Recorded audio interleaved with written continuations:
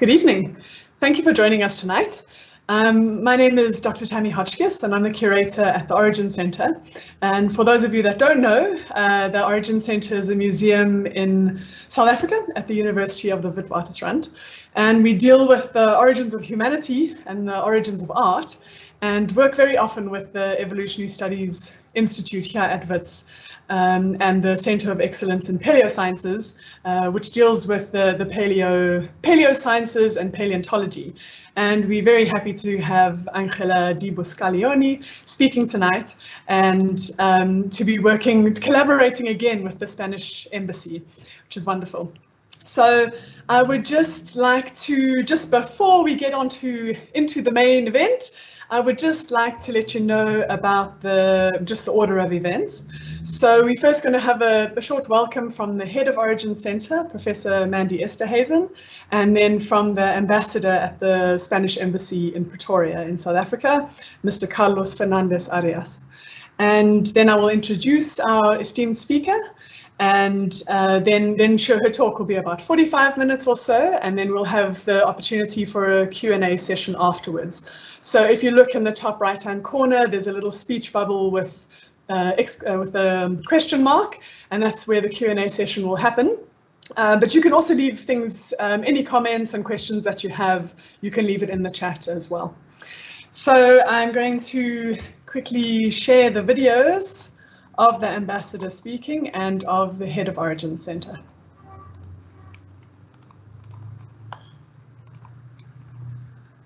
Okay, sorry about this.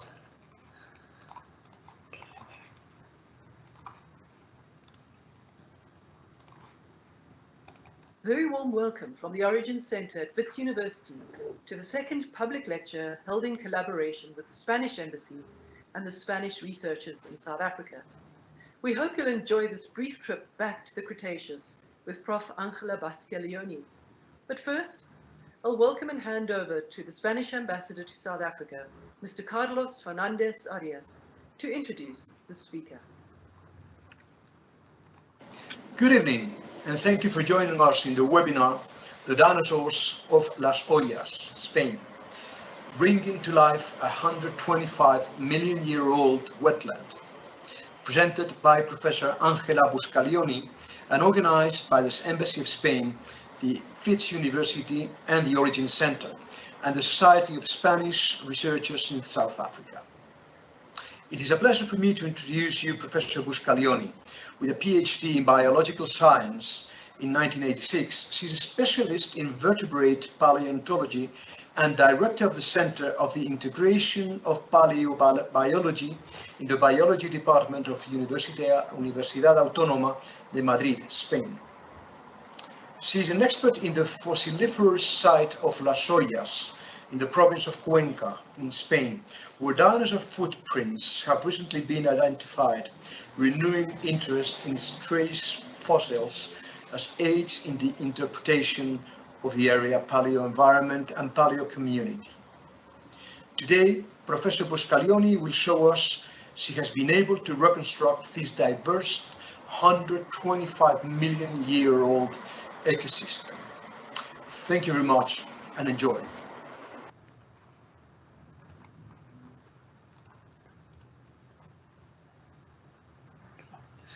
Cool, hello, and I'm back. So we're quite excited to have this in the virtual realm. I think it's something that we've all had to get quite used to in this crazy year. And when we had worked with the Spanish Embassy in Pretoria last year, and Professor Juan Luis Arzuaga had come out, and it would have been Ángela Buscalioni coming out now, and it would have been lovely to have had her here at Origin Center, and hopefully sometime in the future you'll be able to join us, Ángela. But it's really nice to have these virtual talks where we can actually have people around the world attending, and so I look forward to hearing from you all, and to hearing your questions and connecting with you further afterwards as well. So I will put, after the talk in the chat, I will put the contact details for Ángela and for Origin Center. So please follow us online. We'd love to connect with you. And so firstly, before we get on to the actual talk. I know you're itching to get onto it, but I would just like to let you know a little bit more about some of the amazing academic achievements that Ángela Buscalioni has had in her career, which is still thriving. Her early scientific profile relates to systematics, and she later moved into scientific advances in theoretical morphology, morphometrics, taphonomy, and recently in paleoecology. Her contributions have been considered pioneering in theoretical morphology and morphological integration in the macroevolution of Archaeosaura. Her interest on the morphology of organisms has been accompanied with a personal curiosity on art, and she contributed in connecting science and art in the book Modularity in 2005, and received acclaim for visual and musical performances on the genesis of the form. She has almost 200 published reports and papers, and for 20 years she has been the principal investigator in the multidisciplinary research group that deals with the study of Las Hoyas. Convinced of the importance of popularizing and growing interest in paleontological heritage, she wrote a guide of the Spanish paleontological museums.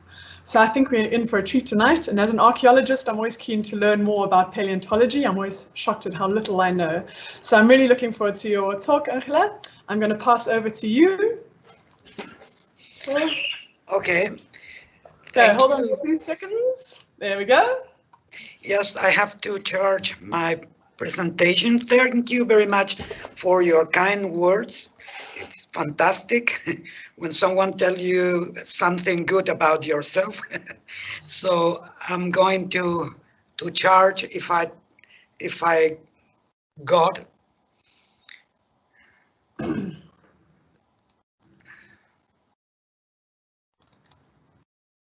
Okay. Did you see it? Yes? Okay. So the conference, the seminar is entitled Dinosaurs of Las Hoyas, Spain, but there is no dinosaur in the poster.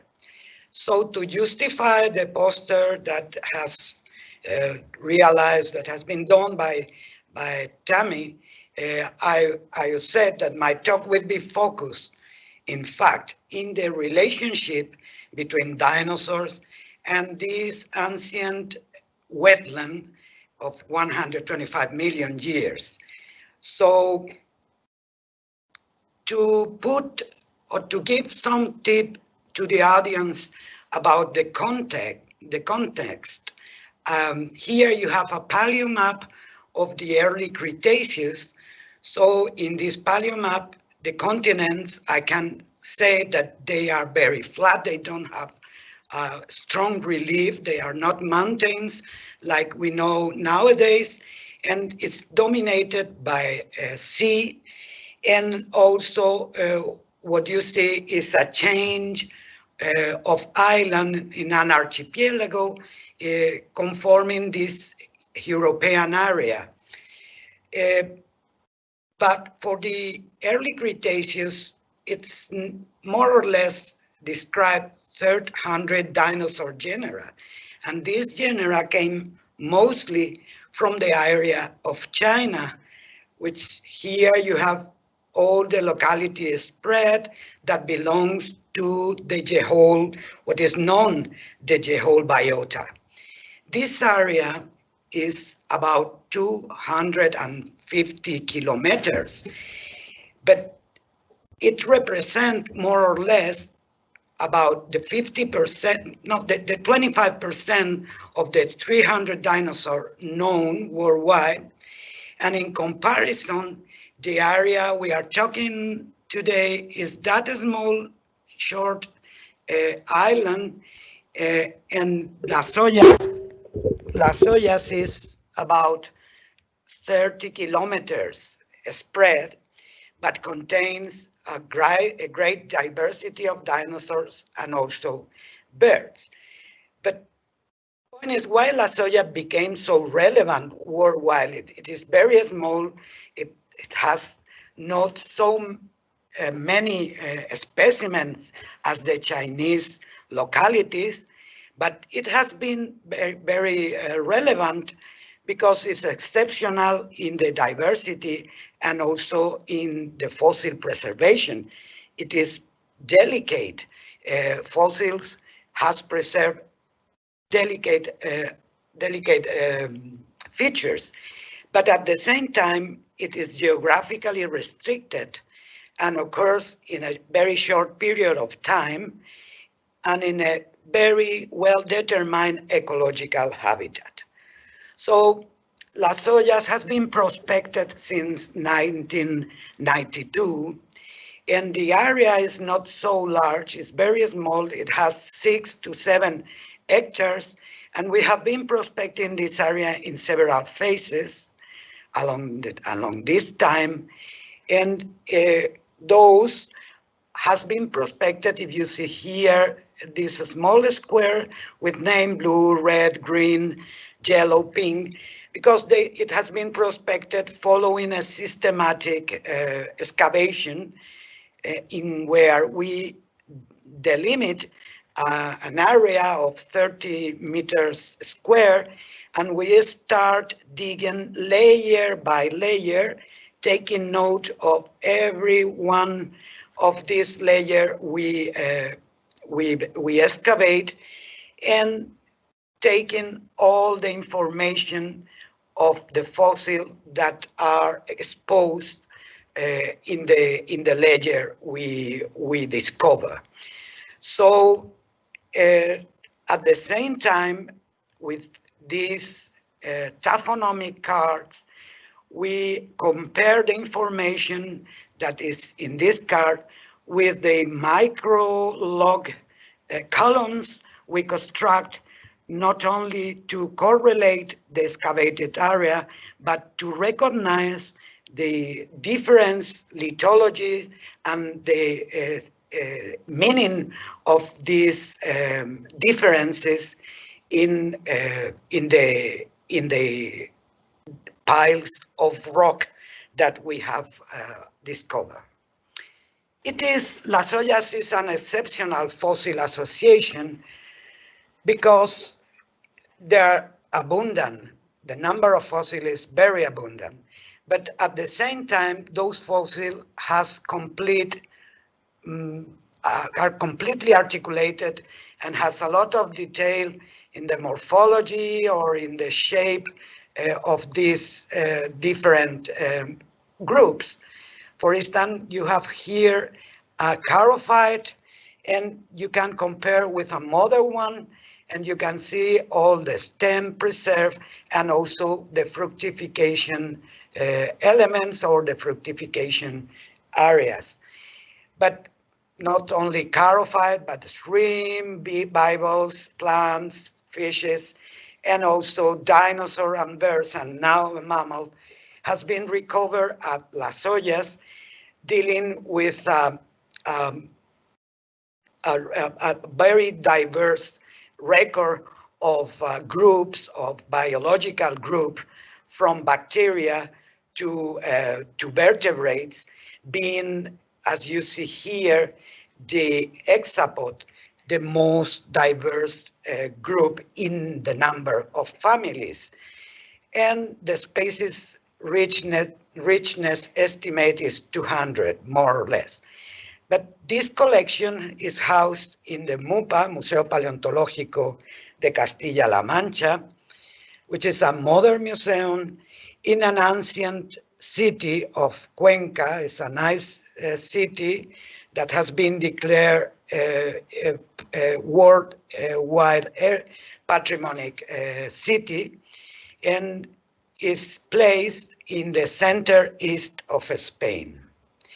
But how exceptional is exceptional? Just to convince you, let me show this specimen. This is a mammal. This is Gobicodon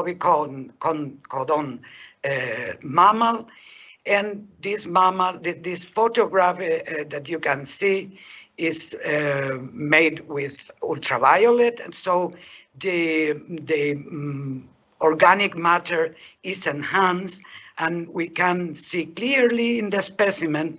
The specimen is on the left side, and the skin has been stuck to the sediment, so we can follow the contour of the body. And here is the cervical area, and the skull has been detached and little displaced. So this is the skull of the animal, and you can see here the contour of the head, because we can recognize the first pinna, the first ear of a mammal in the fossil record. But not only we have the skeleton and the skin, like I show here, but also we have the liver contour. This reddish area of the specimen represent the liver, and the lungs also. So here is a detail of the ear of the pinna, but also we can perfectly delimit the abdominal cavity or the pleural cavity of this animal, tracing where should be the position of the diaphragm. This is the reddish area of the liver, and see these small tiny dots that are in fact the alveolar sacs of the bronchioles, and is one of the earliest lung of mammals we ever know. But not only it's preserved the macro structure, but also the micro structure and ultrastructure of the specimen. Here you have a section of the hair of this mammal, which is called spinal estes, and you can see the different layers of a hair with the cortex and the medulla that is divided by septa, and also with the same we can reconstruct the shape of the cortex of the hairs at different parts of the body in this mammal. So it is really exceptional in the preservation. So in front of this map, this paleo map that is a Barremian world, 125 million years, I can show you here the Iberian plate, which is in fact in the crossway between the southern and northern continent, but also between the west and eastern continent. Is in a strategic place. So the study of the diversity of Las Hoyas, but that time is very important. First of all, because it formed part of what is called the Terrestrial Revolution, the Terrestrial Cretaceous Revolution, meaning that it was in that moment when mammals, birds, and also angiosperms start to diversify. And also we can compare the diversity of this biota, the Spanish biota, with the Chinese one, the whole biota. We can compare how these organisms are related, the pterosaurs or the mammals or the bird of the angiosperms. But also we can see how this diversity change in time, comparing with other younger biotas like the one from Brazil known as Araripe. This is really important because with this comparison we can establish how was the origin of modern groups, modern fauna and flora, as important or as relevant as the flowering plants or the birds or the mammals. So this is one of the principal relevance of Las Hoyas. But let's take a close look to the Iberian plate. This during that time, during the Barremian, this is an island in the Tethys Sea, as you can see here in the picture, and this island is placed at the tropical belt, more or less in the same position as the today Canary Island. So the island has a very influenced marine regime with strong winds coming from the east, and also, as you can see here, when has been predict the climate for the Barremian, it has been clearly posed two strong season. One which is warm and dry, of around 40 Celsius degree, and the other one temperate to humid with a temperature of around 20 Celsius degree. This should be Iberia. Here you can see, and of course during these warm and dry periods, since it is an island, it will be a great evaporation and precipitation with storms, flood flash, and also fires.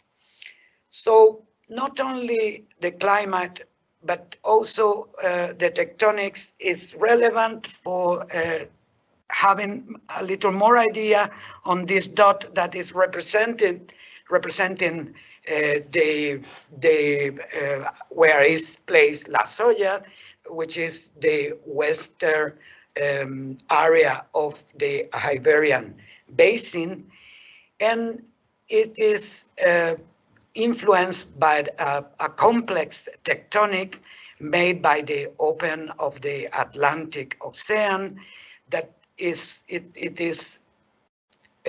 influencing, or it is exerting a rotation of the Iberian plate and the opening of the bay of this Biscay Bay, and also it is influenced by this fault in the connection with Africa, and all this tectonic made that the area were activated with ancient faults, and appears a set, or an organized set, as you can see here, of half graben basins that were after filled with the Barremian continental deposits. And one of the deepest basins was the one of Las Hoyas, and that correspond to the locality I'm going to talk about. So in this column, stratigraphic columns, you can see the Jurassic below, and this little limestone, this marine limestone of the Jurassic during this tectonic rifting that occurs at the end of the Jurassic and the early Cretaceous, were exposed for 30 million years, and they were calcified, and on the top of this karst, Jurassic karst, were the deposition of these continental sediments that are the Barremian sediments where Las Hoyas is placed. Las Hoyas would be placed in this sequence. We know that it's Barremian because it has been dated with the aid of charophyte and also with the aid of the ostracod fauna. So what we have for the Barremian is a number of phases that makes a very interesting environmental mosaic shaped by a complex hydrology. So we have for the Barremian these palustrine plains which are low food plains of marshland covered with vegetation. In fact, in the Serranía of Cuenca, you can see this position of rocks with roots or these sediments that are typical of marshlands. And also we have ponds and lakes of different extension and depth. And we have this type of carbonate rocks in the Serranía.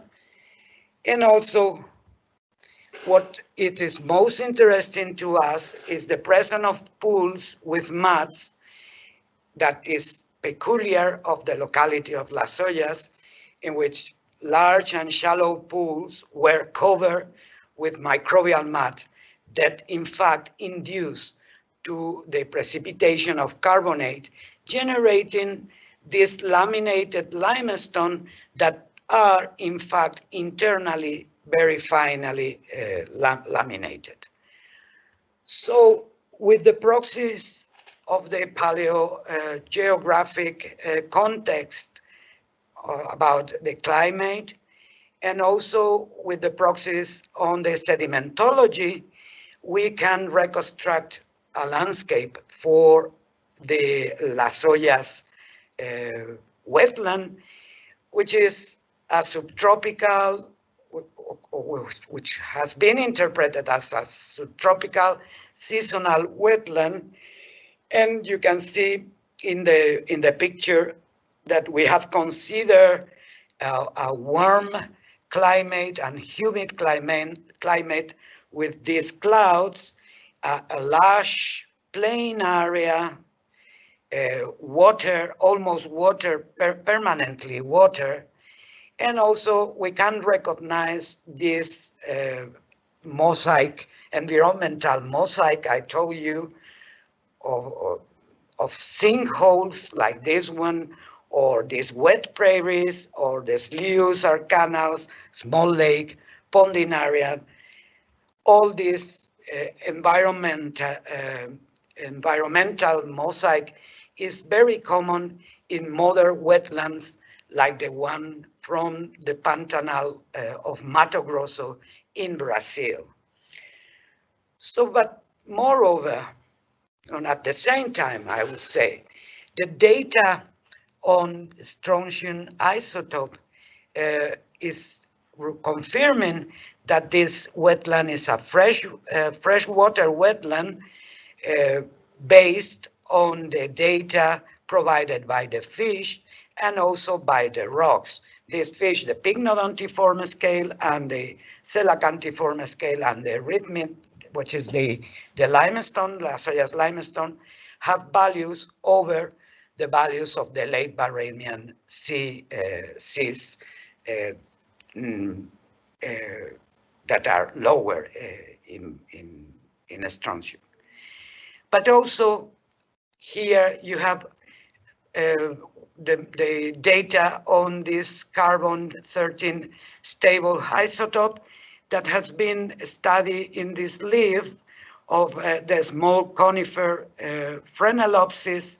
And the conclusion of this study is because you can see that for the Barremian, the levels of these values of the carbon-13 isotope is very high.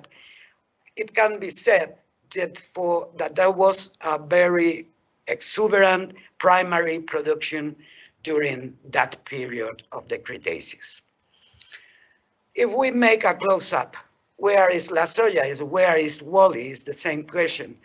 So here I would say to you that Las Hoyas will be a small lake like this one that I mark with the photograph, and this lake will be open, which will be also very shallow, and will be open with other parts of the ecosystem through sloughs or canals, and also will be all more or less in contact with the terrestrial part of the wetland.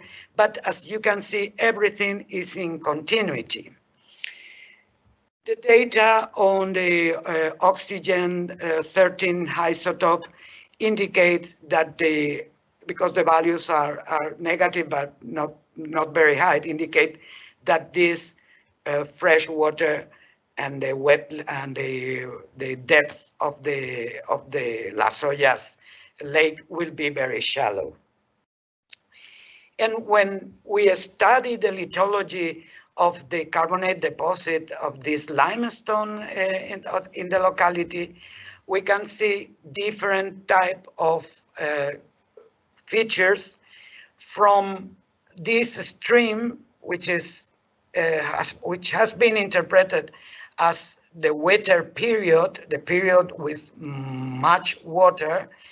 You can see the lithological characteristic, which is very homogeneous, and those white spot represent plant and shell debris, and it's a little bit the grain with decantation, it's a little bit order, but also this could be a wet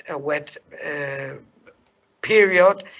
This lamination start with a transition between what would be a wetter and a dry period.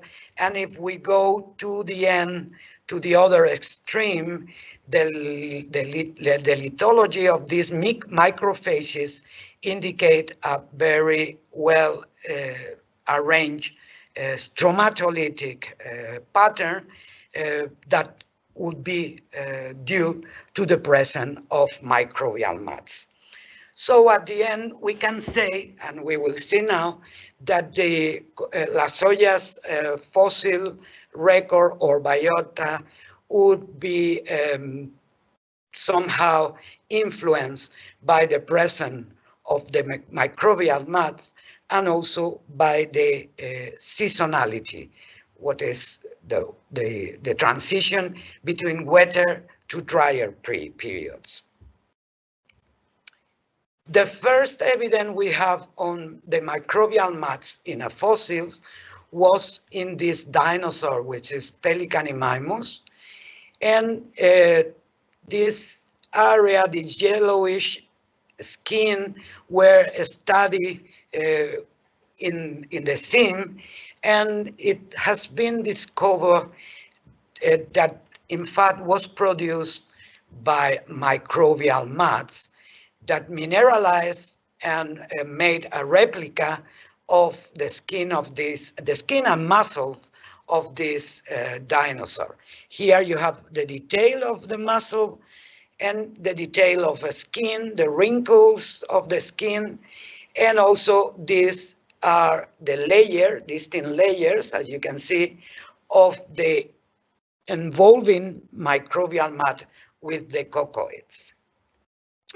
So we start with experiment with microbial mats in the laboratory to understand how occurs the fossilization mediated by the bacteria.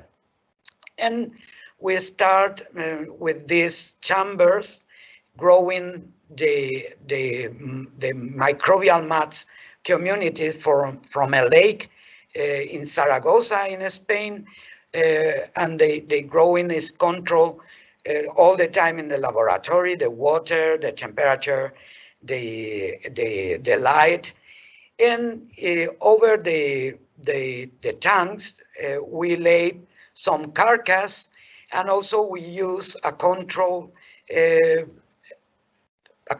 tank with sediment, water sediment, but without microbial mat. And what happens is that because the microbial mat is a complex community that has different layers containing photosynthetic algae, but also different type of bacteria, it is the metabolism of this community is influenced by the photosynthetic capability of this cyanobacteria on the top, and that makes that the community has an anoxic layer, but as you go down in the community and you cross this green area, the layer become anoxic.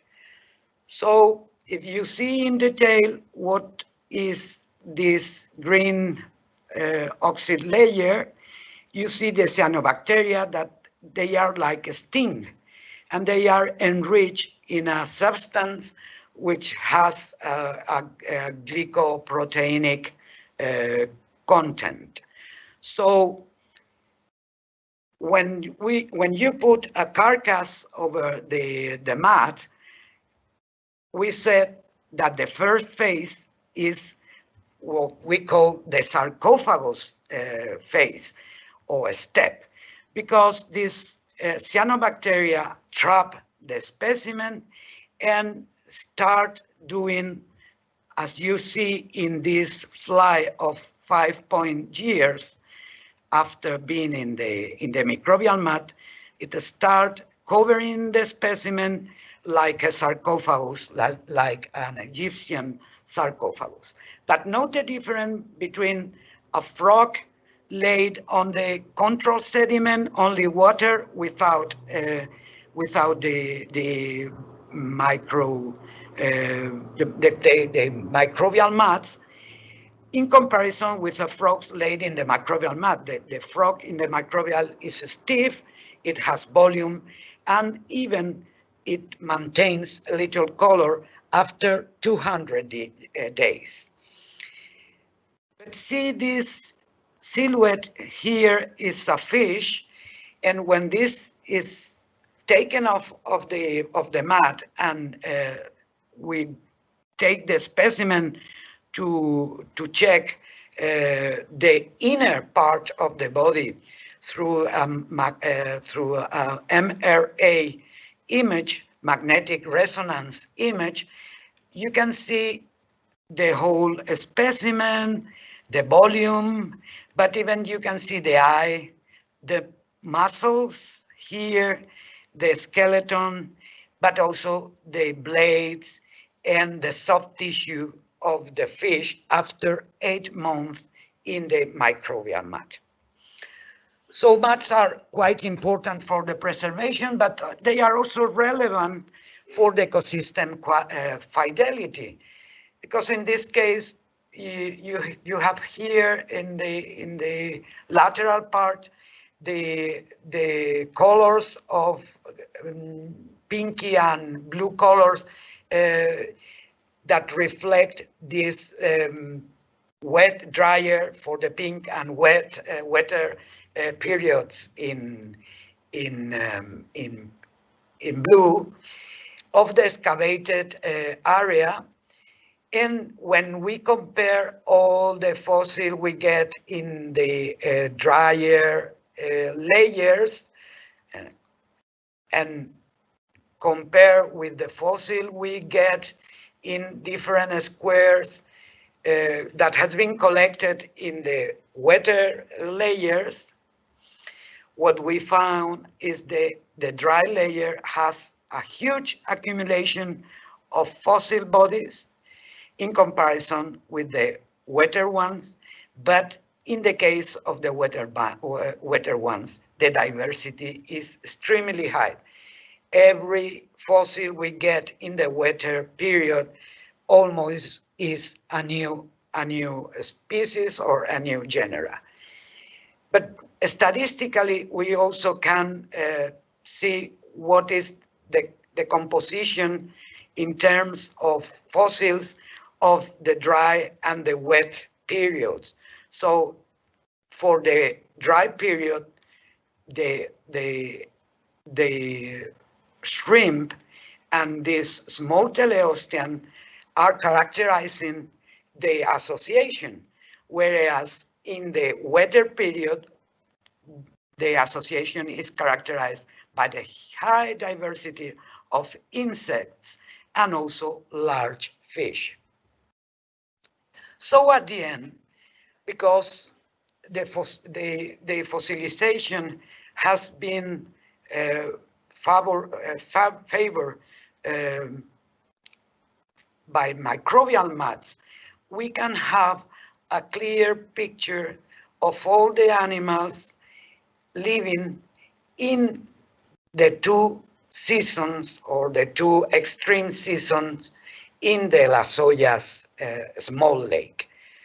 This figure below, this representation below, will correspond with the dry periods. In the bottom, we have represented the microbial mats, but you can see here ostracod, the shrimps, and the decapods, and small fishes, the small teleostean, whereas this part of the reconstruction will represent the wetter period with charophytes and big fishes. These are pycnodontiform. Here you have a coelacanth, an ammiform, and we have many details, and we can imagine where this animal live in the area. So with this information, we can have an idea, a close idea on the ecosystem structure, not only on the diversity, but how it is organized. So here in this schema below, you have the number of species of charophytes, of this embryophyte and spermatophyte, annelids, nematode, mollusk, arthropod. You have the number of species, but also they are organized in this Linnaean hierarchy. And in this organization, we may understand how many species are in how many genus, and how many genus are in how many families. We have an idea on the diversification model that have the locality. And we may see that with different arthropods are very important, but within insect, which are very diverse, the most diverse group are the coleopterans. But vertebrate, which are also quite important in the locality, are mostly characterized by fish, and only few Salentia and turtle has been recorded. So there's a very low diversity of frogs and turtles in the locality. But how is organized this diversity into communities? And to look at this, we use an extant model. And we use the model of the Everglades, because Everglades share with Las Hoyas a number of properties. For instance, it has a rocky substrate of limestone, and the water also is a ground calcified water, and it has the same placement in a tropical latitude, and also is an inland wetland. So if we take this schema, this idealized section of the plant communities of the Everglades, I would say, after our experience, and I will show you next, that most of the fossil we found in Las Hoyas would correspond to this wet prairie community, characterized by a shallow pond with not too much water, and also, but in a less number, we got organisms like larvefishes or other groups that would be living in this slough or canals that has water which are deeper water of about 3 meters, and probably will be connected with the Las Hoyas small lake during the periods of rainfalls or during the wetter periods. And also we have this tree island, we have information of the plants that we suppose that came from some sort of tree island or terrestrial elevations. So the aquatic plants are quite diverse, and there's many groups represented. Mostly the most diverse groups are charophyte, and this charophyte we got different genera, and those genera can be related with different ecological optima, related with light or with the water deepness. So we have this clavathoracic or this Paleonitella, very nicely preserved and complete, but also there are one aquatic angiosperm, which is very, very abundant, and this is Montsechia. And Montsechia has been well studied. It is somehow related with Ceratophyllum, which is a very famous plant of the aquariums that we have at home. And the reconstruction, you can see the leaves of this Montsechia, and also carpels and seed. These are the seeds that has been detached from some of the fossils of Montsechia. There are other aquatic angiosperms like this ranunculus type or this Procharophyllum, but they are not so abundant. So animals associated to the aquatic plants are also quite interesting. Extreme abundance of ostracod that are preserved in different fossils, like these ichnofossils, which is called Locheia.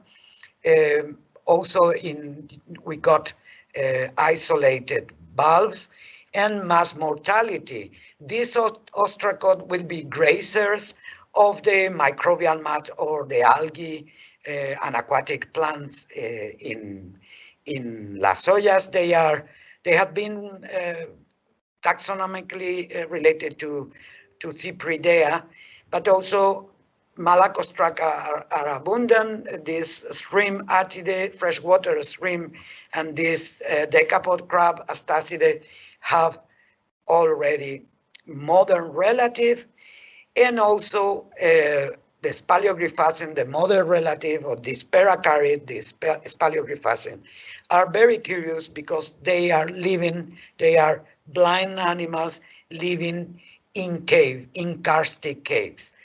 But also bivalvia and annelids has been recovered, and these groups, which are not very abundant, are very interesting because they give us information about the water condition, clean and oxygenated in the case of bivalves, or poorly oxygenated waters in the case of these annelids, infaunal annelids.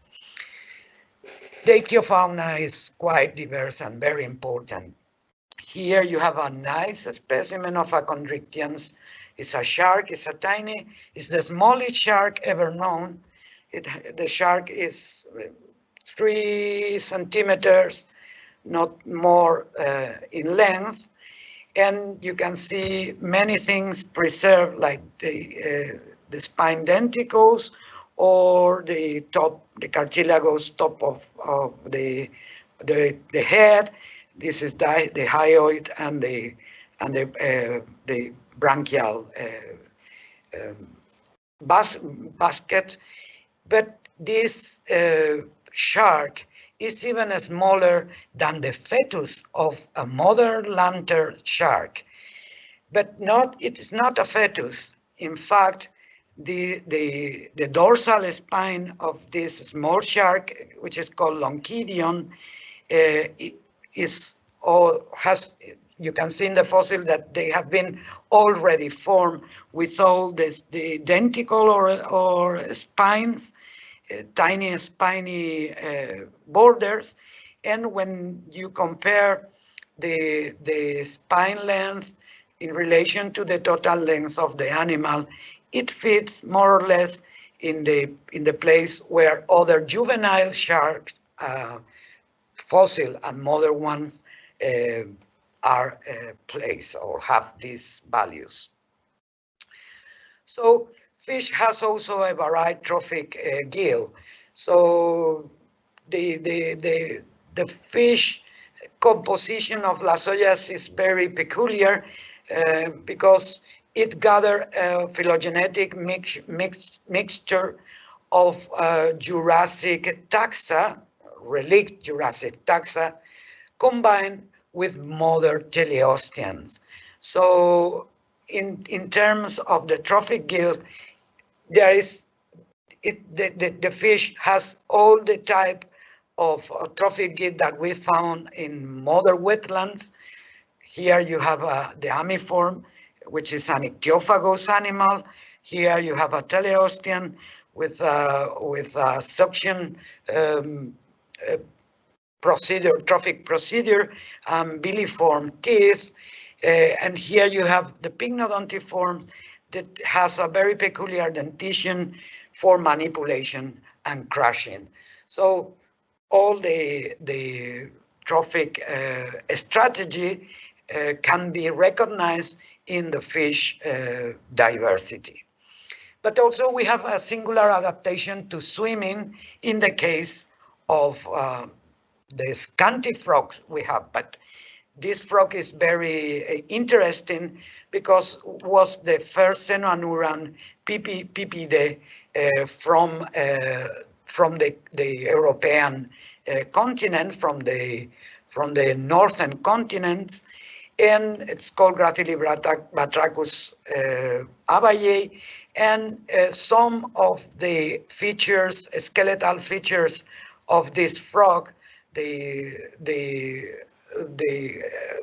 axial column, the stiff axial column, compact axial column, and the long hind lip and the hand, mainly the hand, is giving information on the aquatic lifestyle of this organism, and we have reconstructed the frog in a meadow of in water, of course, in a meadow of charophyte, as you can see here.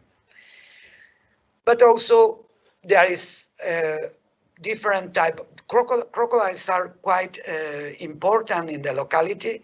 They are relatively abundant, and you can recognize the phylogenetic group that, as occurs with the fish, the composition of crocodiles in Las Hoyas is a phylogenetic mixture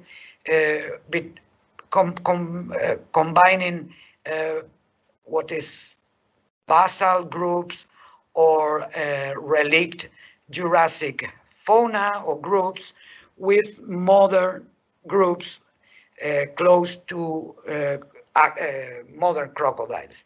In that case, there are three types of ecomorphologies. The primitive crocodiles, which are designed with, the body design is accurate because they have very long legs, the very long forearms and hind limbs, and they are cursorial terrestrial animals.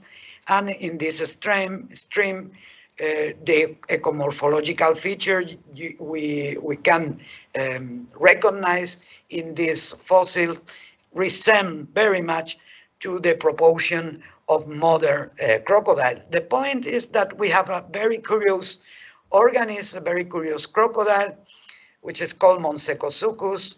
Here you have Monsecosuchus skeleton, and in this Monsecosuchus you have a peculiar combination of features that recalls very much the diving iguanas with a powerful tail.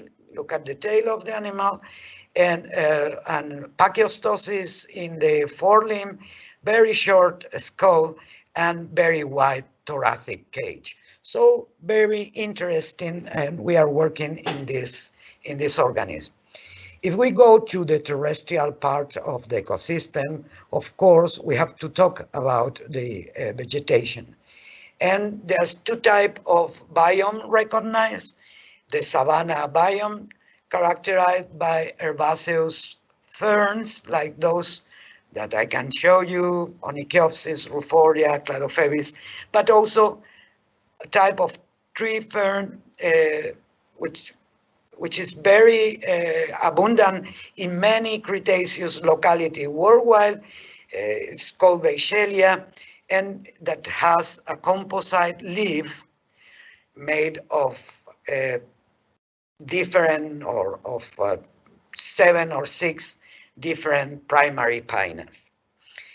Also, you can see here evidence of fire in the area. Those are ferns, fire ferns. So the marsh swamp biome is characterized by conifers. These conifers are very low, and they probably live in water soil. In a water soil, it has a cylinder leaves, and the stoma is made of this type of papillae that can act in closing or opening the stomatic aperture.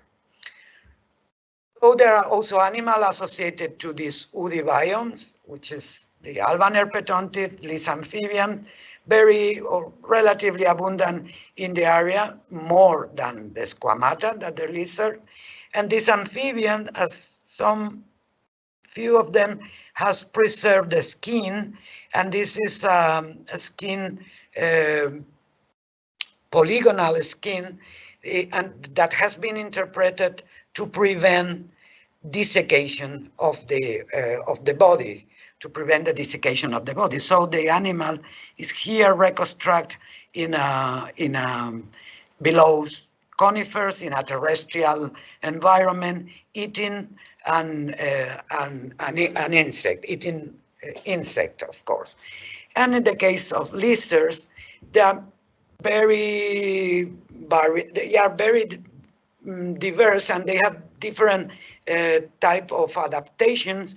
In the case of Escandesia, the body shape and also the shape of the phalanges of the foot has been related with a crevice dweller. And this other lizard, Eucarapses, is quite tiny. The total body size of the animal don't reach more than 2 centimeters long. And this will be living among the leaf in the soil in a substrate dweller, as a substrate dweller, like occurs with some modern lizards that live, in fact, in Australia, in the Australia woody masses.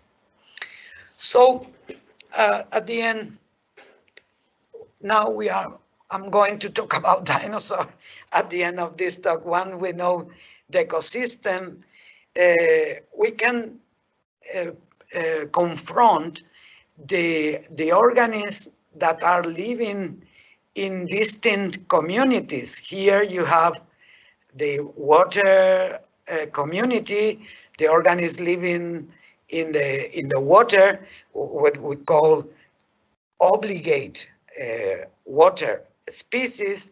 Here in green you have the organisms categorized ecologically as amphibious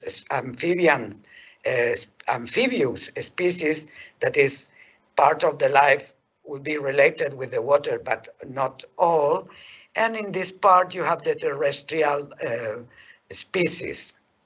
So if you see here, this line are connecting trophic trophic are connected, how should be the trophic interrelationship among these species.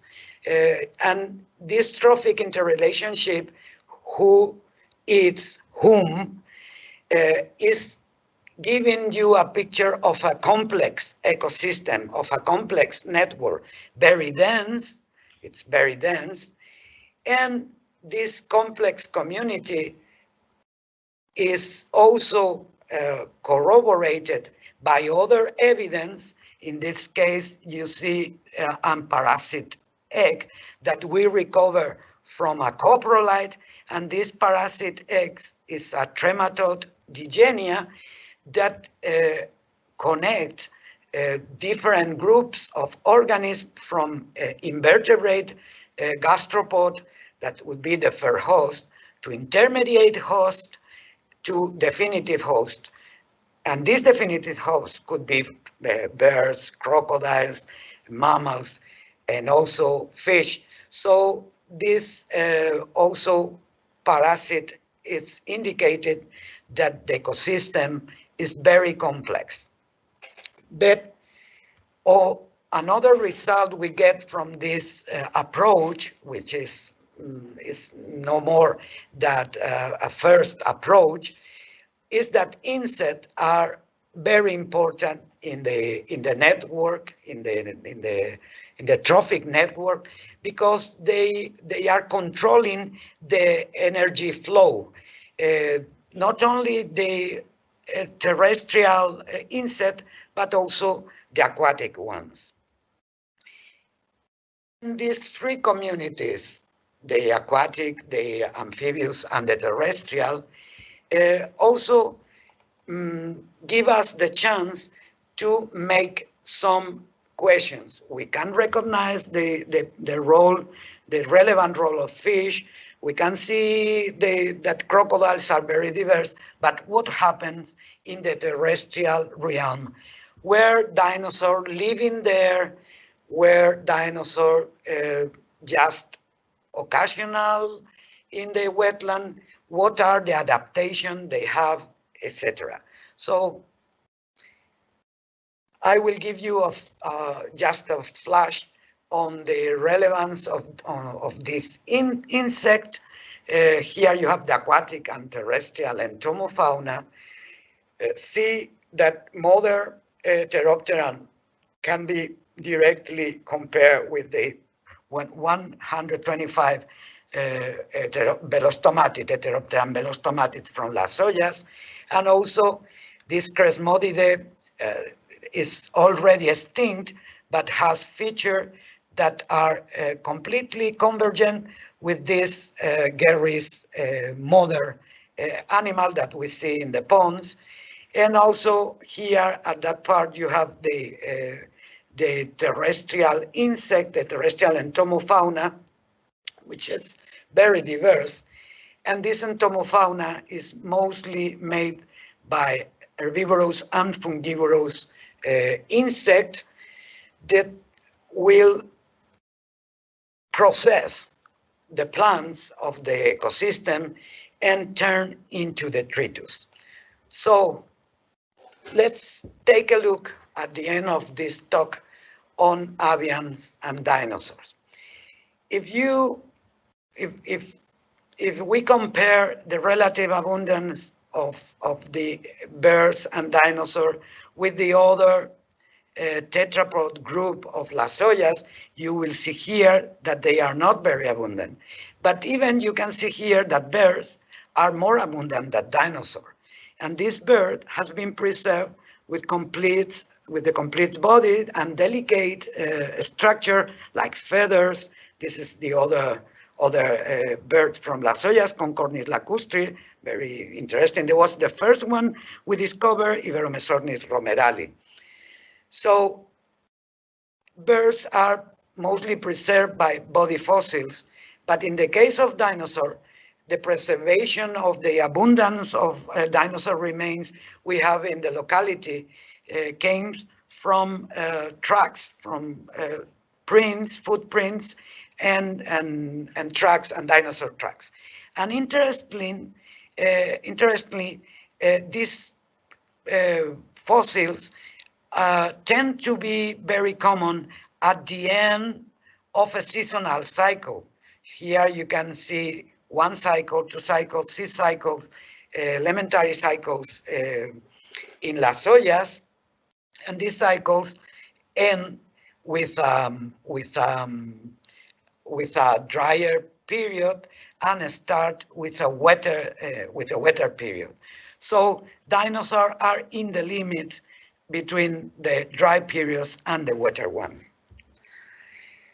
But why there is more abundance of birds in Las Hoyas than dinosaurs?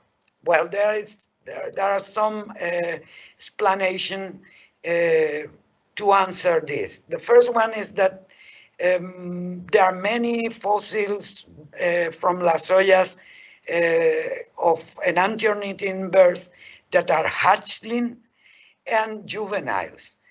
In the case of hatchling, they have been preserved like a mesh, like the image that you have here is a mesh composed by 4 fledged individuals.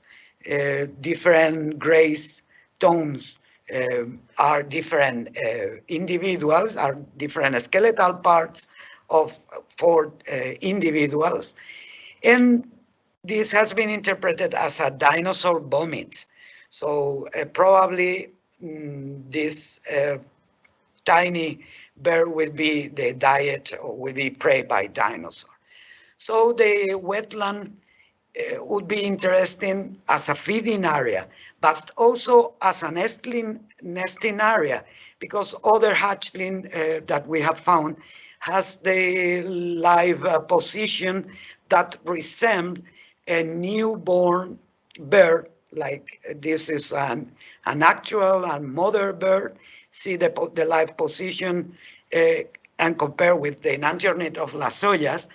And this enantiornithine differs from the neornith birds, that in the case of neorniths, they are nude, but in the case of the enantiornithine, the hatchling has very long feathers, as you can see here in the pellet, in the mess of tiny birds. So it's also an important nesting area. This is a very nice specimen that we will see next. Here you can see the first described alula of an enantiornithine bird. So the name is Eoalulabis, and the digestive tract of this juvenile Eoalulabis contain small fragments of the exoskeletal parts of crustacean. So again, we can see the relevance of this wetland as a feeding area for birds. But does this bird or did this bird live as a wetland bird? No.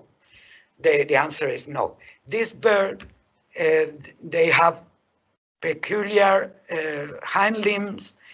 Here you have the foot of Iberomesomys and Concornis, and the foot of this animal has very curved claws, and the allus is retroverted, differing of the primitive condition that has Archaeopteryx. So the foot of this enantiornithid has been described as the one that would have the perching birds. So they will be perching birds living probably in this coniferous branch. They will be branching. They will be branching birds, arboreal birds, as occurs in a similar way with the birds living in mangroves. But at the same time, those enantiornithines has been described as active flyers because of the organization of the pectoral girdle, and also the wing size, the wing span, the proportion, and also the parameter related with the body mass. So this an antiornithine would have a type of flight which will alternate flapping phases with ballistic phases, with a ballistic progression. So the question, where dinosaurs come from? Now we can see that birds more or less are clear. They will be probably nesting in the wetland and feeding in the wetland, but living in the woody areas. But what happened with the dinosaur? The specimen that we have discovered in Las Hoyas have medium to a small body size. Mantellisaurus, which is an hadrosauriform, has 7 meter long. The case of Concavenator, that is a Carcharodontosaurus, will be 6 meter long. And in the case of Pelicanimahimus, an ornithomimosaur, would be 200.5 meter longs. So they are not very large, and even they are small when we compare these species with their closest relatives. So Mantellisaur is a very fragmentary specimen, only known by the part of the hind limb. In the case of Pelicanimahimus, you have the skull and the forelimb preserved, and also the neck. And Concavenator is the most complete specimen. Each specimen is a new genus and species. But did they live in the area, or were they crossing the wetland? So to answer that, we can go a little more in detail with the specimen. Here you have Concavenator, and in the case of Concavenator, you can see that it's made of different pieces that took several years to get, and it's preserved from the tip of the snout to the tip of the tail. And if you have a look to the specimen, there are some yellowish area, more clear, that represent fragments or patchy area with the skin. So at the end, when we see the specimen in a section, it is curious because the skeleton is crossing several layers of the sediment, like you see here. And this layer, when you study the lithology of the layer, are mostly composed, but those wetter or most watered layers. And this was the layer where the specimen sunk, and because of the position and also because of the presence of this patchy area of skin, it has been interpreted as a floating carcass that arrived with the water to the Las Hoyas lake and then sunk into the carbonate layers, in leaving exposed some part of the skeleton that afterward was covered by microbial mats present that will grow during the drier layers of the drying periods of the season. So here you have an schema of Concavenator, and it is very important to notice that this Carcharodontosaurid, together with other Tetanuran, is evolutionary characterized by what is called micromelia. which is the reduction of the forelimb and also the presence of an anormal hand. So this macromelia is very interesting because in the case of Concavenator, it represents an example, a good example to understand what would be the functional correspondence of this organism that, being a tetrapod, has lost the forearm. So how the loss of the forearm are biomechanically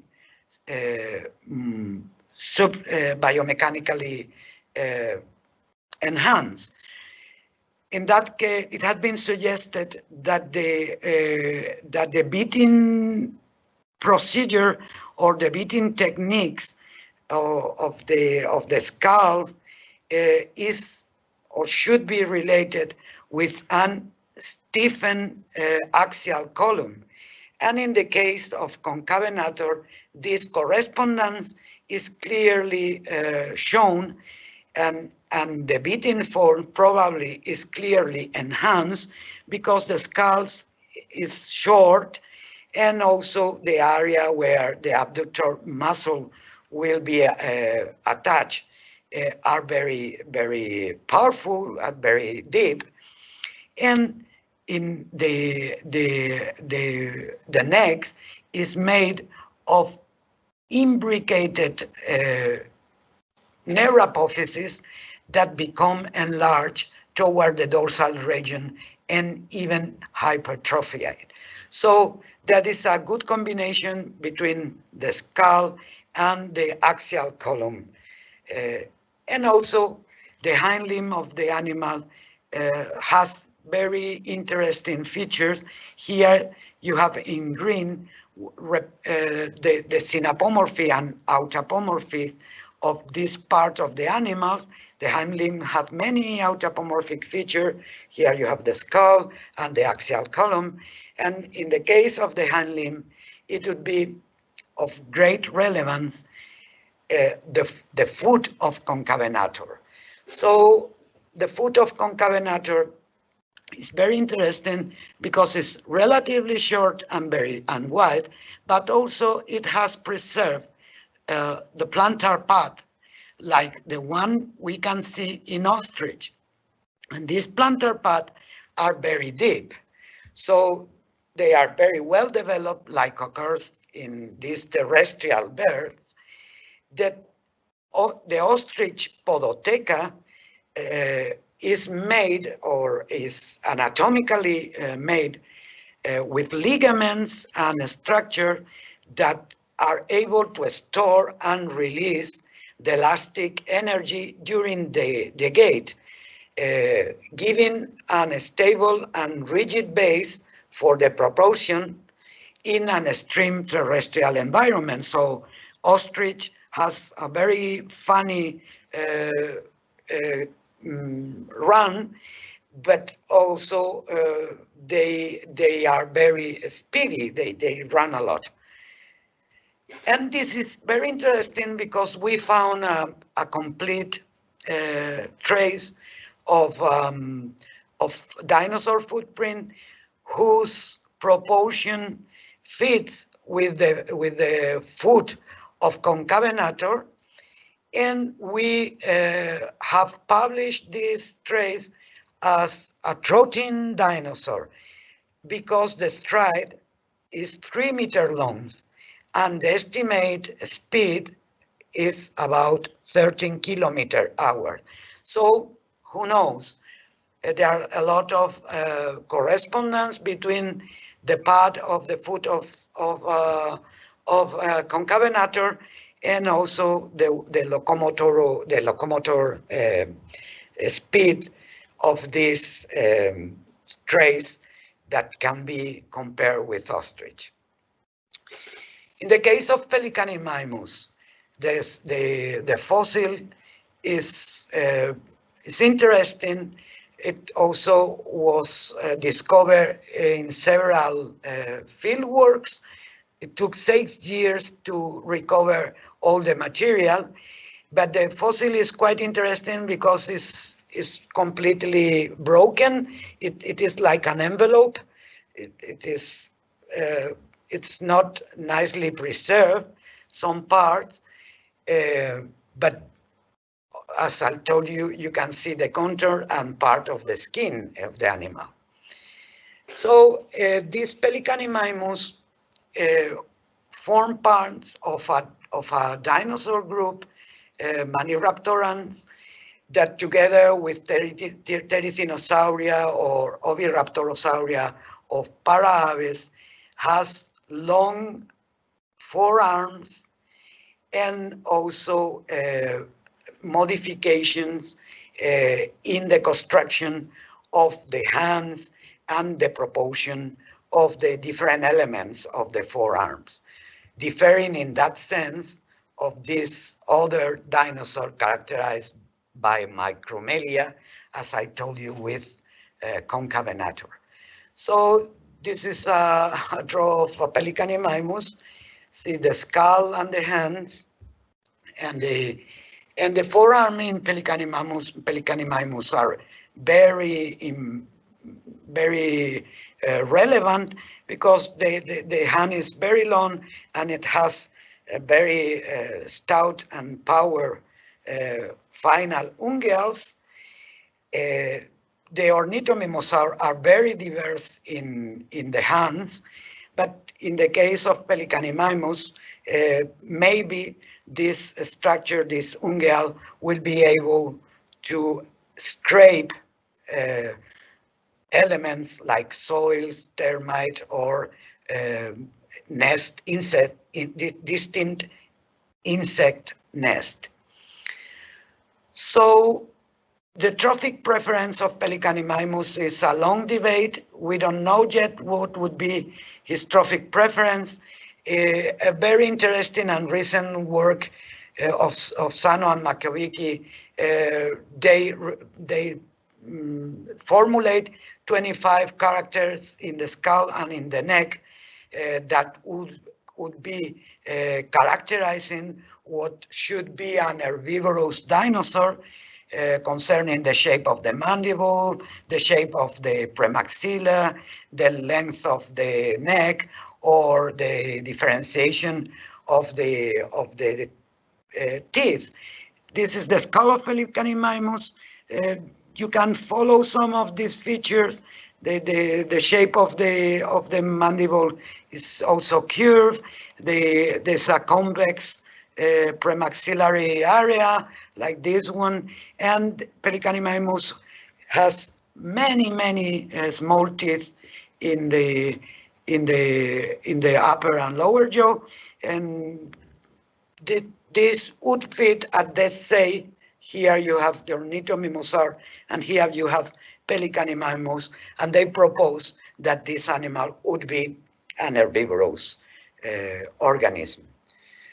So in conclusion, this is my last slide. I will finish answering or trying to answer my first question. What are the relationship between the dinosaur and this ancient wetland? Just remind that Las Hoyas should be a small lake connected with the wetland. And what is interesting in what I showed you, that there is a very low diversity of specialized herbivores. The only large herbivores that should be clearly present in the biota would correspond to these hadrosauriforms that you have here in the picture crossing the wetland, but there's not other clear evidence, and the primary production will be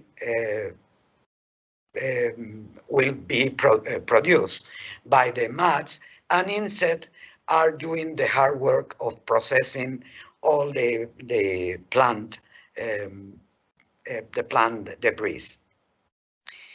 But also, where this dinosaur living there, yes or no? Were that the habitat of this dinosaur? Well, if the dinosaur were occasionally in the wetland, they should be categorized as incidental species. And in the case of Pelicanimahimus and in the case of Concavenator, we would say that it came to Las Hoyas as a floating carcass. It came out, or it would be living out of Las Hoyas place. But this incidental species, of course, will have to show very little or not adaptation to a wetland environment. Instead, if the dinosaur were living in the wetland and also living in the terrestrial environment, they should be categorized as facultative species. And in this case, these facultative species that in the case of mammals are of medium size, they will show adaptation to the wetland. So if we consider that Concavenator has this adaptation or these functional traits in the food, maybe we can say that it could be a facultative species. But if we see that this morphologically specialization of the food is for a terrestrial locomotion, as occurs with ostriches, then we will say that Concavenator should be considered an incidental organism. So at the end, during our research, we got some result that we get shocked, and my rationale that would inspire me this artistic metaphor. Is the Las Hoyas ecosystem living inside us? Thank you.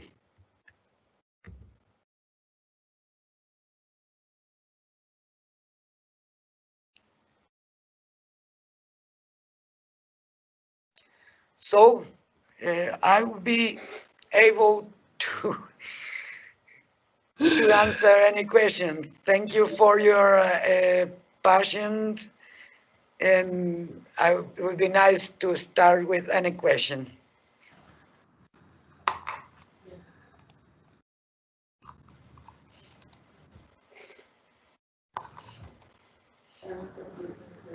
There is. Cool. Thank you so much, Ángela. That was so interesting. My mind's a bit blown with the huge amount of mammals and dinosaurs and everything that's found there, and plants. But we have some questions. I've published them. There's some questions from Victor Rademascher. Please let me know if you can see them. They should be under the Q&A session under published. You can see them there.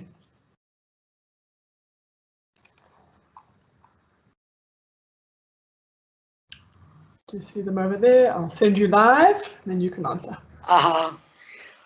Yours. Okay.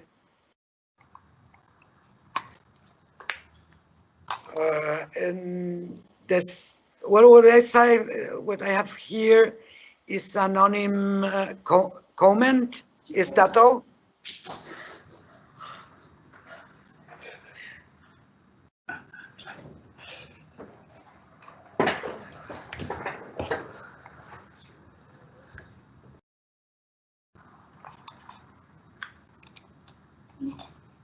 I don't think we can hear that. Unless you muted yourself. I think the comment, I don't know if it's good or bad, but I think it.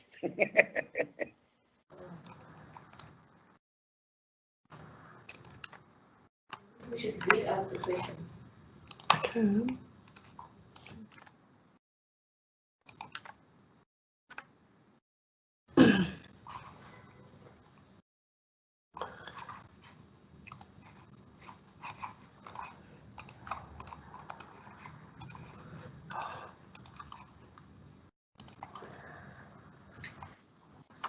Okay, so there's some questions over here. So the first question, I'm just going to read it out. I'm not sure if you can see it. It says, can you use the length of aquatic angiosperms to estimate water depth? So let me just send. Well, we have not found yet the roots of the aquatic angiosperm, but probably they were floating. In the case of Montsechia, they have been discovered a structure for floating, so it will be related with ponding area with no more than 70 centimeters of water, not deep water. Cool, thank you. And then the next question, the rigor mortis of Concavenator looks like it died in open air. Dried bird carcasses contract the neck and tail dorsally like the specimen. What do you think about that? This is correct. It's a mummified dinosaur. So what we think is that it became dead and mummified, and then water took the carcass and bring floating to the Las Hoyas area.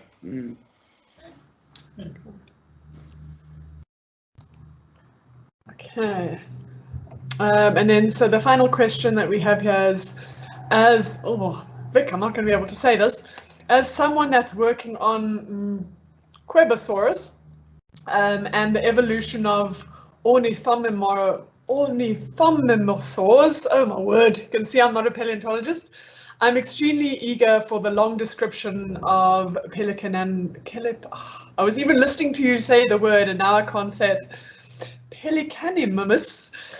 Will this dream come true in the future? That's perfect. I understand. Someone is starting in a larger description of Pelicanimahimus. What we are going to, it took me a long time also, don't worry. What we are trying is to understand the combination of features that could be most related to a functional purpose or a functional set of traits. Okay. But it's coming. So mainly look at you have done on the floor. Okay, great. So if there are any more questions, I'm just having a quick check. Yes. Oh, wow. Okay, so there's quite a lot of questions coming through. Overwhelmed. Okay, I hope you can read those comments, Ángela. But thank you for all the questions, Vic. It's really nice to have all those questions come through, and also comments from Bruce Rubidge. This is an amazing locality, and you have done wonderful work. How did you date this site? We dated the site combining information of the Charophyte Association and the Ostracod Association, but we are trying to date the locality with absolute. Sorry, I'm not sure if they were able to hear you. You can start that again. Sorry, there we go. Again, okay. So we have dated the locality with Charophytes and Ostracod, with the association of Charophyte and Ostracod. But now we are planning to have an absolute dating. So it would be more precise in few years. There was another question on big animals, I guess. But I missed the question. No. Under published, you should be able to see it. Why is it that the species of diversity of large animals found in France and possibly the same species? Maybe I have not seen in detail the specimen from France. Yes, I'm wondering that because it's very interesting to test if this dinosaur, not only Pelicanimahimus, but Concavenator, would be living in adjacent terrestrial areas. So the France ornithomimosaur will be very important to understand that. Mm-hmm. Thank you for the question.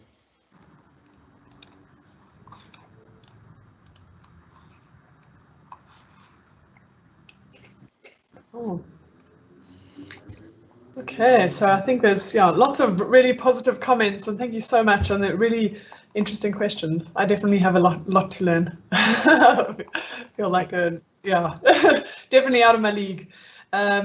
But so thank you all for joining us tonight. I'll also, let me pass over quickly to Ángela. She can give a final goodbye and say thanks. And yeah, thank you very much. And please, I will put in the chat, I will put the contacts for Ángela if you would like to email her directly. And also if you would like to contact myself or follow Origin Center online, we'd love to hear more from you. Okay, that's fine. Thank you. Thank you, you too. Awesome. Thanks, everybody. I expect next time in South Africa. So it will be great because South Africa is the cradle of Archosaurian evolution. So it will be impressive to be there. Thank you so much. Bye-bye.